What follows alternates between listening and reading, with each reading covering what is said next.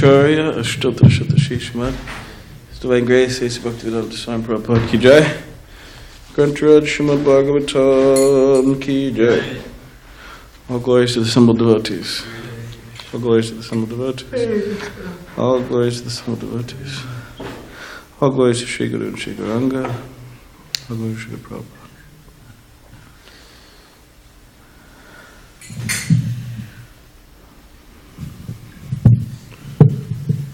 Did someone put this here like this on purpose?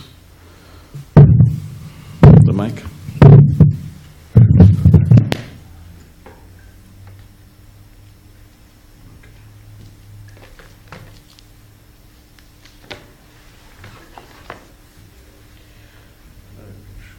Om Namo Bhagavate Vasudevaya.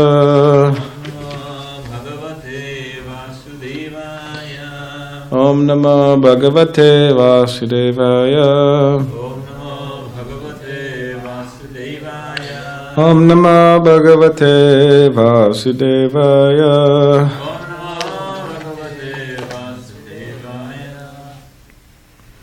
So this is Srimadbhagavatam, Canto 4, entitled Creation of the Fourth Order, Chapter 11. Swayambhuva Manu advises Dhruva Maharaj. We're on text 16. Evam pravartate sarga Stiti samyama evacha Guna vyaiti kararajan Maya paramatmanaha Evam pravartate sarga Stiti samyama evacha Guna vaitikara rajan Maya paramatmanaha Evam pravartate sarga Stiti samyama evacha Guna vyatikara rajan Maya paramatmanaha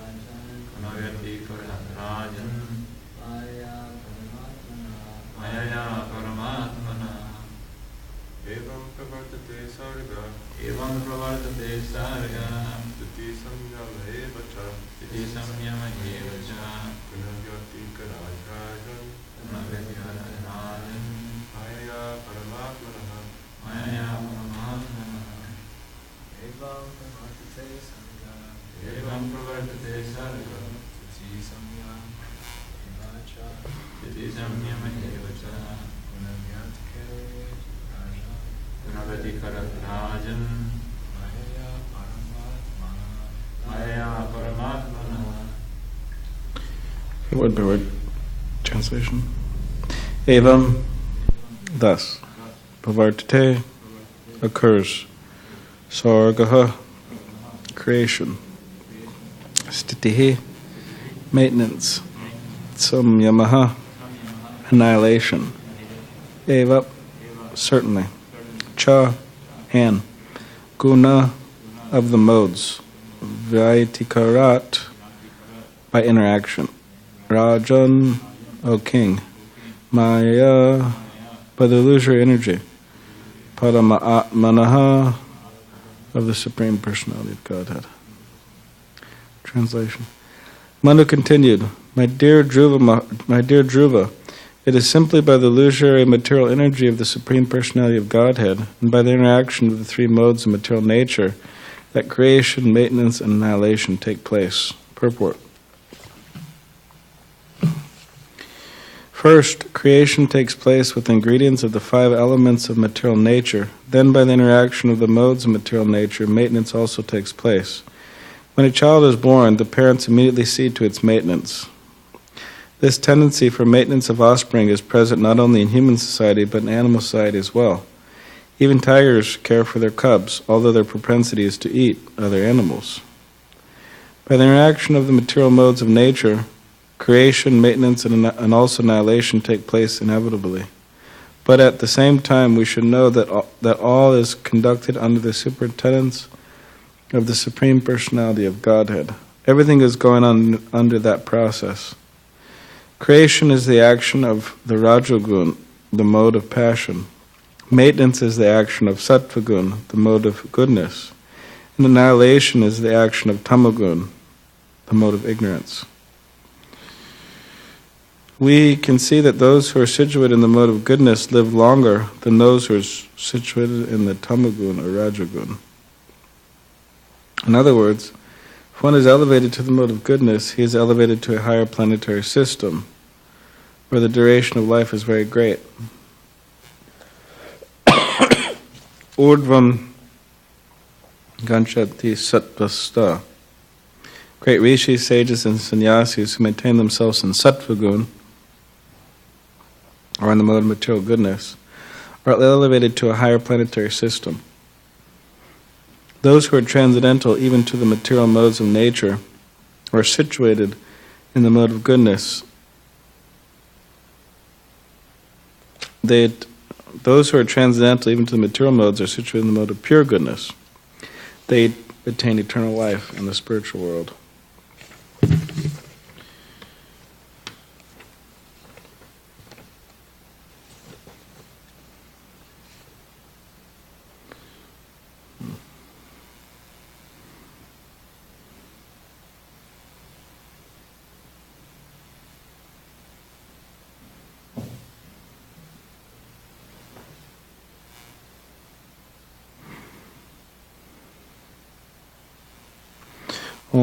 Omiganativadandasya gananjana shalakaya chakshalamavatamena tasmai shikrave namaha.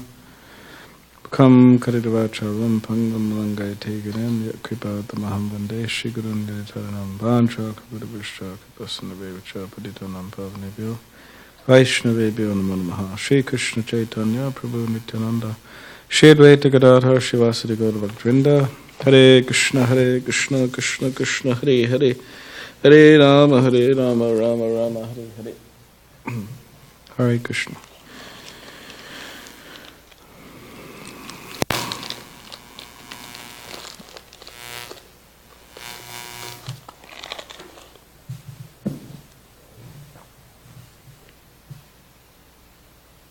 So do we have a projector that works?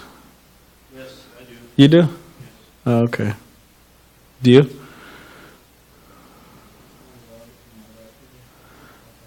Oh, okay. So it's Mahabharat's, the one that you were using, so you don't have one. But Janaran says he has one that works, huh?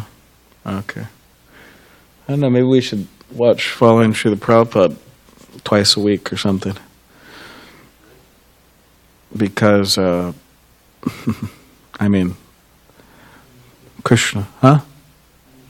Yeah, in the morning. I mean, during like Bhagavatam class. Because, or else it's like, I mean, Dharma Setu Prabhu is giving class, and I'm giving class. Those are only speakers. So, yeah. I mean, Mukunda's there too, I guess. Mukunda Charna, so but still, that's only 3 of us. And there's 4 more days, so means I'd have to give like 5 days a week. Maybe Dharma Setu give another day. I'll ask him, actually. He's done that before. He's given another day. Anyways, we'll work it out, but maybe once or twice a week. We could watch Following Prabhupada until Jivadapu returns. So, I'll think about it. Or we'll think about it. So I'll read the translation again. Manu continued, my dear Dhruva, it is simply by the illusory material energy of the Supreme Personality of Godhead and by the interaction of the 3 modes of material nature that creation, maintenance, and annihilation take place.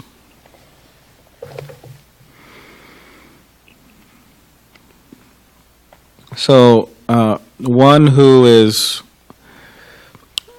situated in the mode of goodness, and one who's situated in the mode of passion, one who's situated in the mode of ignorance, it's all of these modes there's actually a vast difference between all of them. And it behooves one, one should know what is the difference between one in the mode of passion, one in the mode of goodness, and one in the mode of ignorance. And upon knowing what are the characteristics of those different modes, one should strive to situate themselves in the best mode, which is the mode of goodness. And the mode of goodness means so many different things, but it means organization, it means cleanliness, it means clarity of mind, it means being peaceful, it means so many different things that are actually good for Krishna consciousness. We're not interested in the mode of goodness just in and of itself, but we're interested in the mode of goodness because it's a platform in which we could practice Krishna consciousness in a better fashion, or in a more productive or fruitful way. Because when in the mode of ignorance and passion, it's just so difficult, actually, to become Krishna conscious. And you see people like that, it's just, they're in the mode of ignorance and passion, and they don't understand what you're saying to them, because their mind's not clear, and a lot of times they just don't even care. Sometimes I could tell, people they're in different modes, and I see someone in the mode of goodness, and it's just amazing how focused, how concentrated, how interested they are in what you're saying. Not because I'm saying it or anybody else is necessarily saying it, but they're interested in spiritual knowledge. And it's just amazing. And then you see someone more in the modes, and they're just like they don't really care. Or not so interested, don't really care. And even if they're trying to care, that's the thing about the modes of ignorance and passion. Even if a person deep down within themselves, they actually want Krishna, they want Krishna consciousness, they're actually interested to some degree. Because people in the modes, passion, ignorance, yeah, they are interested at times. But even though they want to be into it, it's very difficult for them to chant japa, to read, to hear classes, to do things which take clarity of mind and all that. So you see that they're struggling, which that's good that they're struggling to be Krishna conscious. But my point is, the more we could situate ourselves in goodness, the better chance we have to actually be successful. And one of the things of the sattva, or mode of goodness, is maintenance. So, for example, maintaining one's body nicely. That is a mode of goodness. Maintaining the temple, maintaining everything around the temple, the ashram, the patio, whatever it is, the cars, this is all goodness. And just letting everything degrade and just become horrible, that's a mode of ignorance. So yeah, I mean, around here, I've seen places in my time that's really heavily influenced by the mode of ignorance. So we're actually, the temple and the ashram, and everything's actually not that bad. I have seen other places which are like really bad. Like, I don't even want to describe to you how bad they are. Maybe I should, but it was really dirty and unorganized and so on. But even though we may be on a certain level of sattva in relation to maintaining the temple and so on, we could always do better.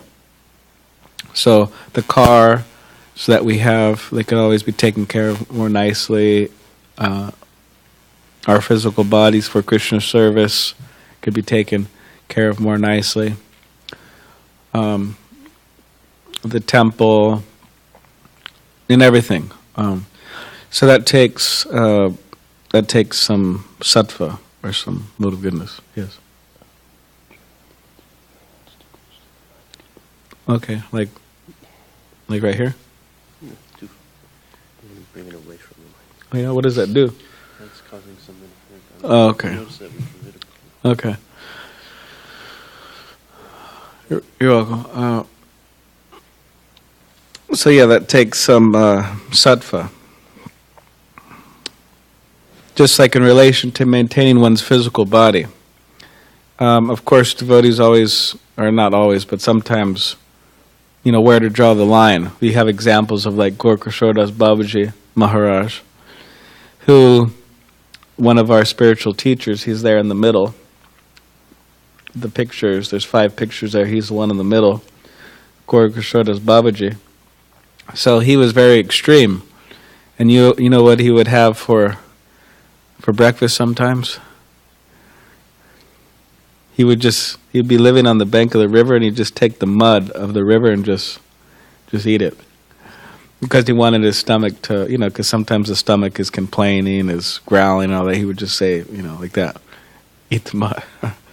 And then all the other time he's just chanting Hare Krishna, completely absorbed in ecstatic love for Krishna, loving Krishna. So of course, usually devotees don't have problems with that. They're not, going to go eat mud or something and just maintain their body. But where to balance it. How to take care of the body, eating certain things, not eating certain things, exercising, not exercising. There's a certain line that has to be drawn there. And also how much we're doing, how much we're sleeping.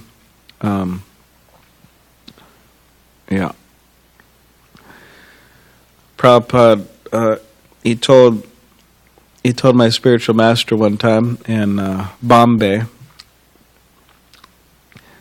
because my spiritual master was there as a brahmachari, which was very difficult, actually.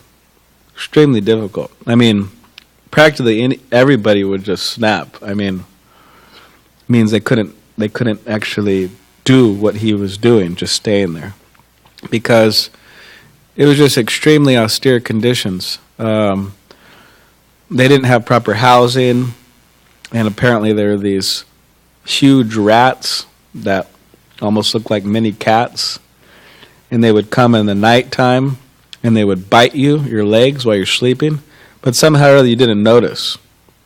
So you'd wake up, and there'd be like blood there, and then like there, you hang your clothes on the line, and sometimes these hoodlums, kind of gangster guys, would come and just steal the clothes off the line. There wasn't proper food. It was just like rice and dal and, a few vegetables here and there. There was like fruit like once a week. They had a basket of fruit once a week. And then Prabhu was there, and he told me that, imagine like here's the temple, and then there's Ingraham Street down there, Ingraham Street, which is a little bit of a walk. So you'd have to walk that distance to the train station. Walk. This is your daily preaching. So you have to walk there, and you have to hop on a train that goes into downtown Bombay, which is like an hour train ride on these hot, cramped up trains. Anyone's been in a train in India, there's certain types of trains, but there's a certain train that it's not the greatest, materially. So it'd be very hot, right? And then you'd have to go out all day long and show people these, like life member,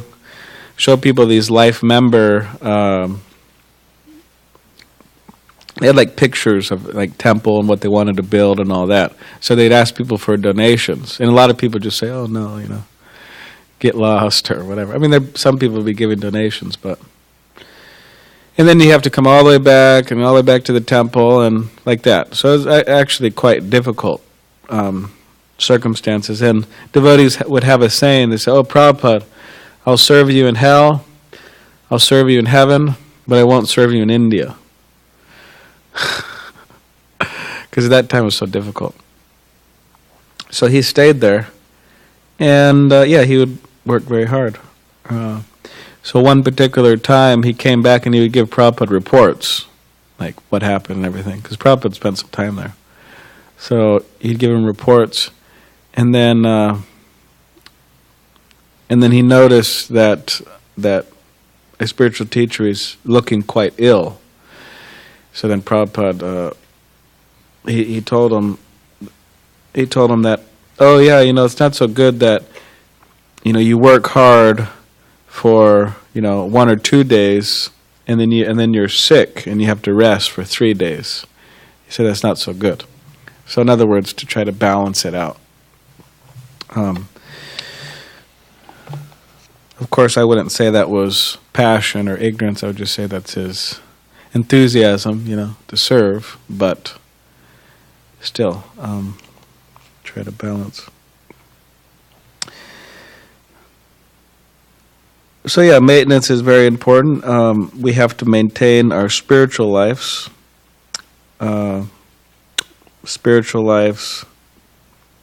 There's so many different things to maintain our spiritual lives that we have to do on a regular basis. Just like every day we have to eat, maybe a few times a day, or twice a day, or once a day, or whatever. And if we don't eat, then our body doesn't get nourished. So similarly, we have to, you could say, nourish our spiritual body, or nourish ourselves, our real selves. And yeah, there's so many different things that we do, that we engage in, so many activities we engage in that help that. We chant every day, 16 rounds. We read Srila Prabhupada's books. We engage in devotional service. So these are different things in which we nourish our spiritual body. And the more enthusiastically we could do that, the more we'll be nourished. And the more the healing process will take effect. Because really it's a healing process. So, practically speaking, all of our problems can be traced out to be stemming from the mode of passion and ignorance. Whether it's whatever the problems are, selfishness or anger or greed or whatever it is, all these different things are just being produced from the mode of passion and ignorance. So we have to know what is the mode of goodness and then try to adjust ourselves accordingly. And then we could actually make progress, and not just progress like the rishis or sages or sannyasis who go to the higher planetary systems, but we could go to the transcendental abode of Krishna. We could go to the spiritual world. So,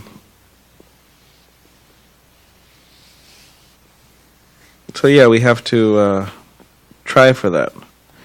And Prabhupada would say that we could do it in one life. I know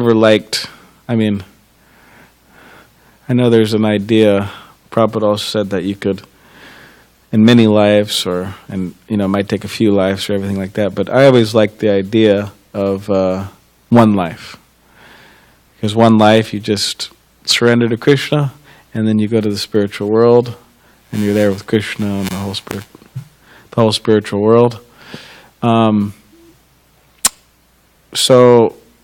I think that's the best, to strive for that.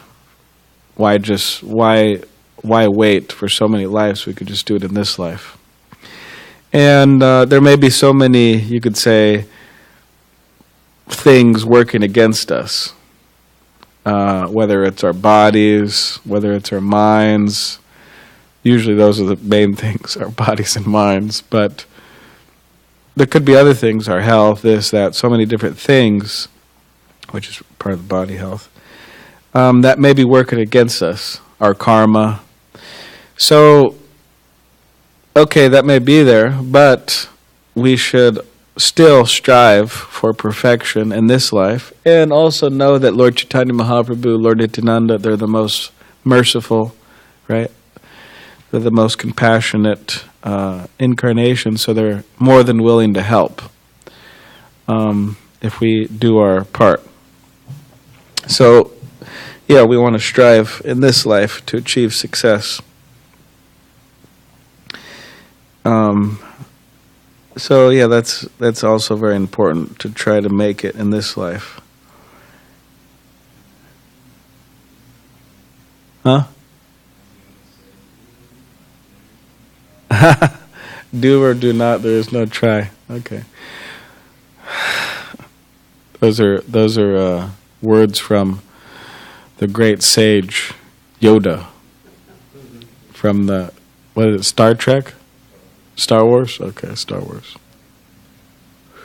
Star Wars. My father, my cousin, he wanted to, he's really attached to all these things like Star Wars and stuff. It's a big thing, millions of dollars, billions of dollars, maybe trillions of dollars, a lot of people into it. They always come out with new stuff. So my cousin, he wanted to go.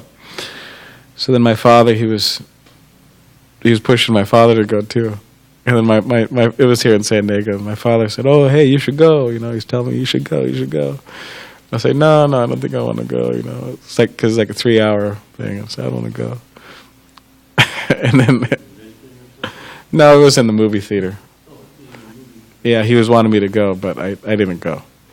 And so he went, and there's my cousin and him and a few other people. And he said, for whatever reason, my father's not so attracted to that. He's not so into it. So he said he would just be like, watching it. And he'd be like falling asleep, falling asleep. He kept on doing that. And he said each time, while he was falling asleep, he would hear those, those guns, whatever, do, whatever. And then he'd fall asleep, and then he'd wake up and he'd hear him again, So just keep on doing it. So, and then he was giving me a hard time. He said, "Oh man, you made me go and you didn't even go." And so, anyways. So yeah, our friend here, Gavin, he's saying Yoda in Star Trek says, what is it? There is no do, there's no do or do not, there's no try. So, anyways. So yeah, we need that determination. All right, so does anyone have any questions or comments?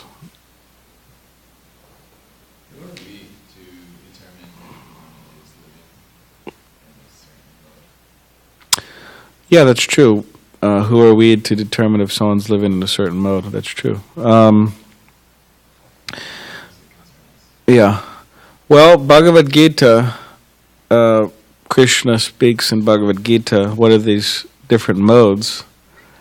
And the whole reason Krishna is speaking that in the Bhagavad Gita is to tell us, means us here and the whole world, people, that what is the most beneficial, or just what will happen if we live in certain ways.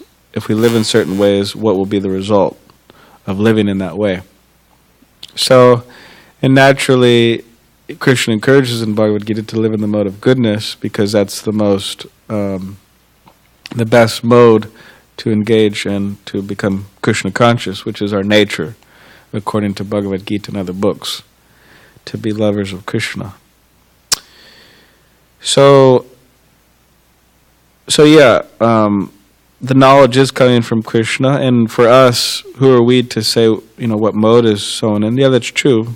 We aren't really anyone to say what mode someone is, but by the characteristics stated in Bhagavad Gita, one will know what mode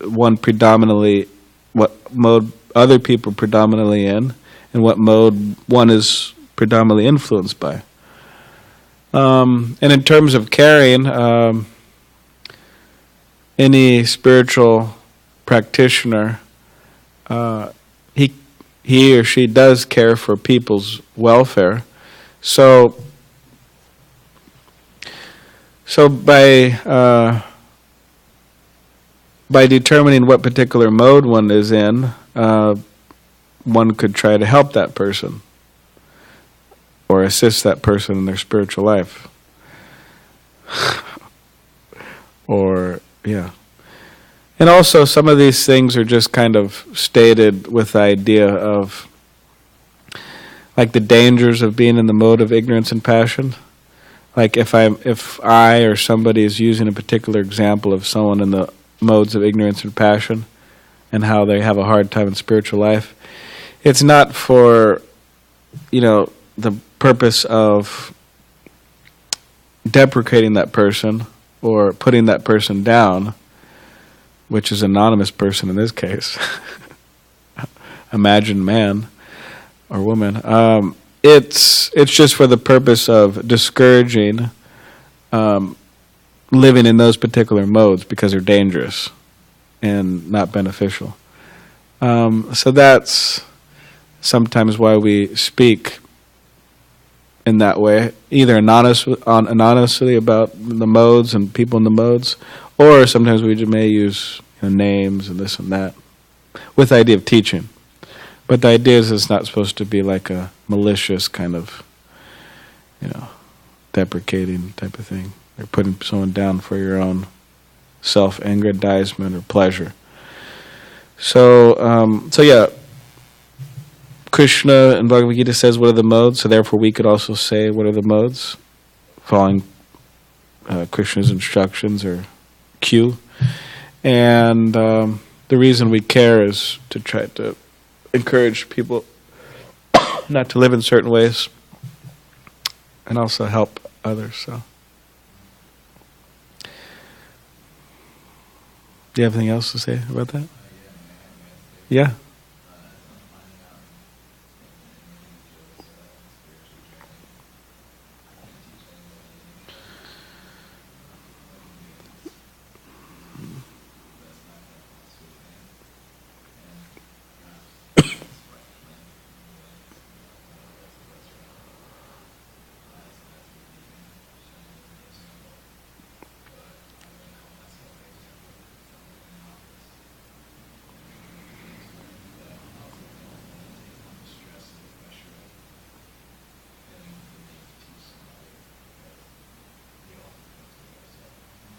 Yeah.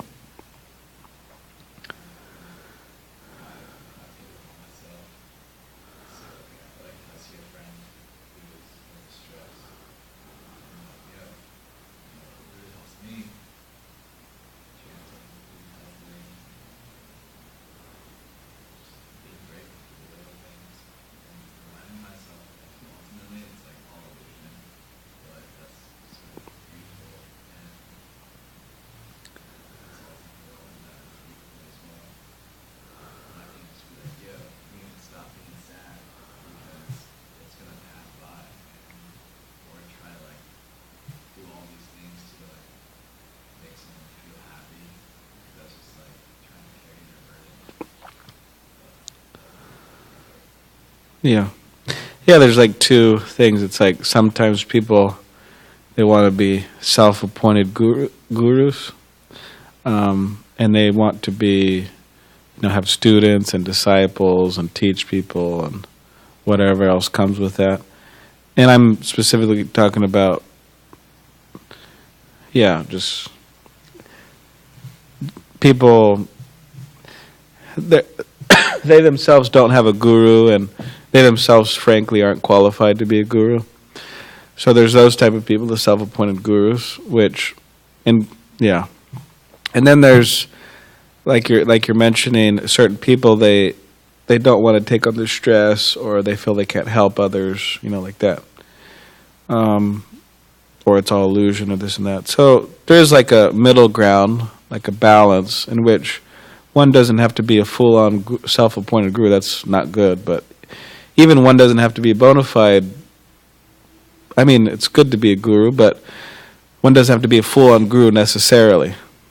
Nor does one have to be in the situation where, let everybody just kind of come to it. But there's like a middle ground, which is like, you try to lead a good example. You try to inspire people by your example.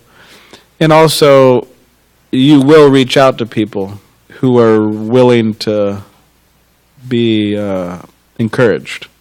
Because there are people like that. They're interested, they're nice, they're friendly, they want to be encouraged. So then you encourage them. But it's not like you necessarily take on all this stress of trying to help people who just can't be helped or they don't want to be helped. Nor do you have to take on the burden of being their full-on guru, of accepting complete responsibility for them. But in your own way, you try to help them, assist them when they're showing interest, or when they can be encouraged. So that's kind of like a middle ground. So, yeah. So that's like advisable for people to work on the middle ground. And then later, it's advisable to help somehow. And then later in life, if one shouldn't become a self-appointed guru, that's not good. But later on in life, one could act as more as a guru to people. And then they may take on more or less full responsibility for them and help them with their burdens and all that type of thing. But for the most part, for most of us, we do act as a guru in some sense, but it's more that middle ground. So, does anyone have any other questions or comments? What about the ghee wick man over there? Got any questions or comments? Or anybody else? Reflections, should we say? We're going to meet Vaisheshika Prabhu soon on Saturday. He's going to be up there for Mahagor Purnima in Laguna Beach. So, at the end of his class, he says, "Are there any reflections?" So, how about any reflections? Any reflections? Jamal, you guys? All right. Okay. Jai Grantraj Srimad Bhagavatam Ki Jai.